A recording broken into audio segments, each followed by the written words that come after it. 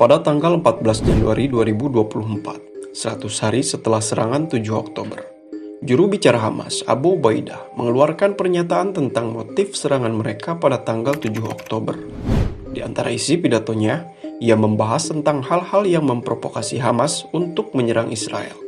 Di antaranya, pendudukan pihak Israel di wilayah Palestina yang semakin meluas, pencurian tanah milik warga Palestina yang tiada hentinya, penyanderaan ilegal kepada ribuan warga sipil Palestina, pemblokadean yang dilakukan di wilayah Gaza, normalisasi yang dilakukan negara-negara Arab dengan Israel, dan sapi betina merah yang didatangkan Israel di wilayah Palestina yang diduduki Israel. Mungkin alasan terakhir yang saya sebutkan terdengar konyol jika dibandingkan dengan alasan-alasan lainnya. Namun jika kamu tahu maksud dan tujuan dari kedatangan sapi betina merah tersebut, kamu tak akan meremehkannya. Kenapa? Berikut ulasannya. Al-Quds atau Yerusalem merupakan kota suci bagi tiga agama, yaitu Islam, Kristen, dan Yahudi. Bagi Muslim, Yerusalem merupakan kota suci ketiga, karena di kota tersebut terdapat kompleks Masjidil Aqsa, masjid yang menjadi kiblat pertama umat Islam dan merupakan masjid paling mulia ketiga setelah Masjidil Haram di Mekah dan Masjid Nabawi di Madinah.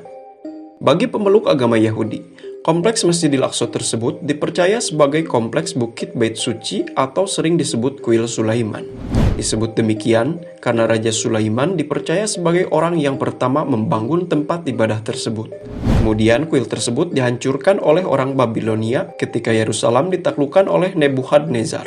Setelah itu, kuil tersebut dibangun kembali di era Raja Herod dan dihancurkan kembali oleh Romawi ketika mereka menaklukkan Yerusalem di abad pertama Masehi. Bagi orang Yahudi, Kuil Sulaiman merupakan tempat suci yang penting baik secara historis maupun secara spiritual. Bahkan banyak dari mereka yang percaya bahwa ketika kuil tersebut pertama kali dihancurkan, Ruh Hashem atau Tuhan meninggalkan kompleks tersebut. Sehingga membangun kembali Kuil Sulaiman merupakan hal penting sebagai upacara untuk mendekatkan diri kepada Tuhan secara sempurna. Meskipun ada perdebatan di antara mereka tentang bagaimana dan kapan kuil tersebut harus dibangun. Ada sebagian Yahudi yang percaya bahwa kuil Sulaiman hanya bisa dibangun setelah kedatangan Al-Masih. Dan ada juga yang percaya bahwa kuil Sulaiman harus dibangun terlebih dahulu agar Al-Masih datang. Seperti kepercayaan mayoritas orang-orang Yahudi Zionis religius yang ada di Israel. Selama ribuan tahun, usaha pembangunan kuil Sulaiman yang ketiga kali seperti hanya angan-angan saja. Namun angan-angan tersebut menjadi sebuah cita-cita yang mungkin diraih ketika pada tahun 1969, Zionis berhasil menduduki sebagian tanah Palestina dan mendirikan negara penjajah Israel. Meskipun begitu, ada banyak PR yang harus terlebih dahulu diselesaikan Zionis, mengingat kompleks pembangunan kuil berada tepat di kompleks Masjidil Aqsa, sementara Yerusalem oleh PBB dinyatakan sebagai zona internasional yang netral. Oleh karena itu, Israel mendirikan The Temple Institute, lembaga yang khusus bertugas untuk mewujudkan pembangunan kuil kembali di belakang layar. Lantas apa hubungannya dengan kedatangan sapi betina merah? Alasannya adalah karena menurut kepercayaan Yahudi Israel, kuil tersebut tidak akan bisa dibangun secara sempurna kecuali semua orang Yahudi menyetujui pembangunan kembali kuil tersebut, atau jika syarat tersebut tidak terpenuhi, harus dilakukan kurban sapi merah betina untuk mensucikan seluruh orang Yahudi dari dosa.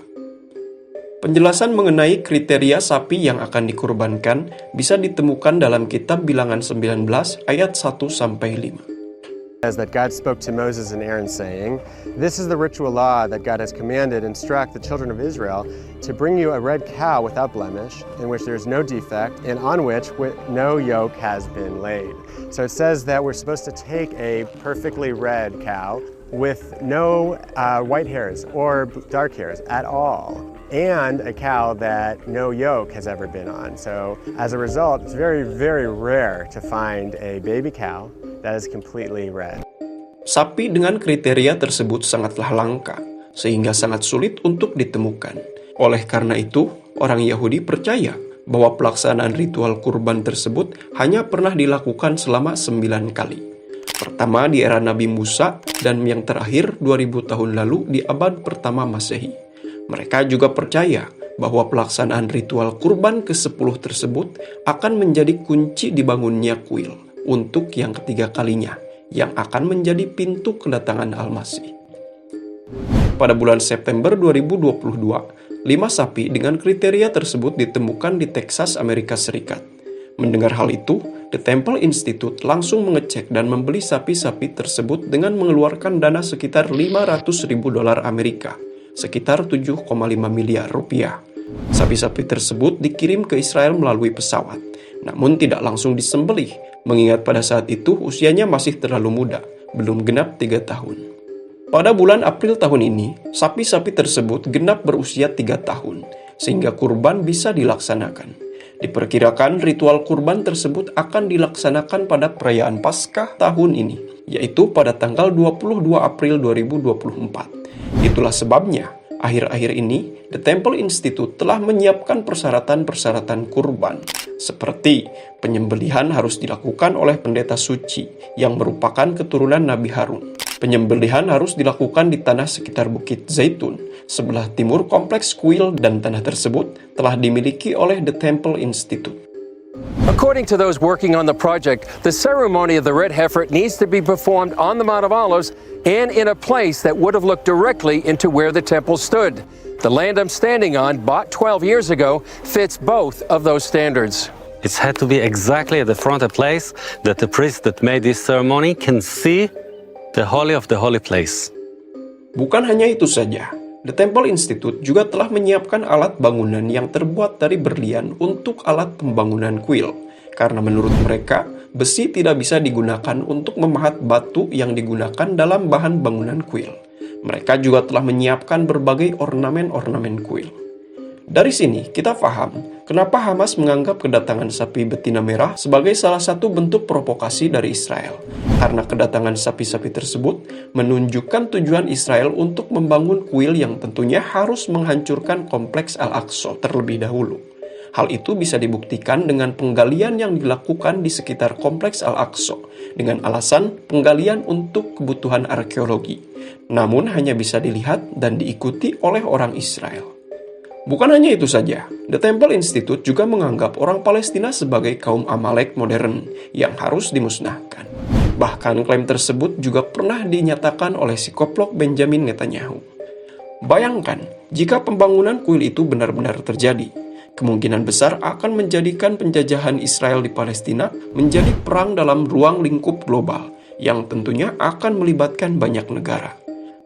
Semoga kita semua selalu berada dalam keridhaan dan lindungan Tuhan Yang Maha Kuasa. Terima kasih telah menyaksikan. Salam.